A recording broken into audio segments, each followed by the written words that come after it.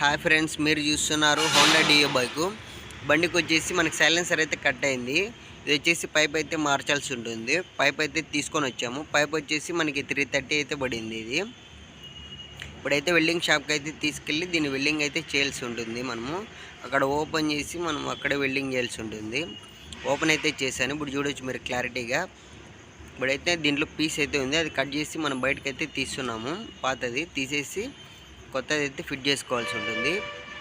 బండికి అయితే ఫిట్ చేసి వెల్డింగ్ చేసుకొని ఫుల్గా వెల్డింగ్ అయితే చేసుకుందాం. ఇప్పుడు దీని ఖర్చు వచ్చేసి వెల్డింగ్ ఛార్జ్ వచ్చేసి 200 అయింది. మంది వచ్చేసి ఒక 100, పైప్ వచ్చేసి 330, మొత్తం 630 అయితే అయింది. ఎప్పుడైనా వెల్డింగ్ కట్ అయినప్పుడు ఇలా చేసుకోవాల్సి ఉంటుంది. ఎవరైనా సైలెన్సర్ అయితే మార్చని అవసరం లేదు.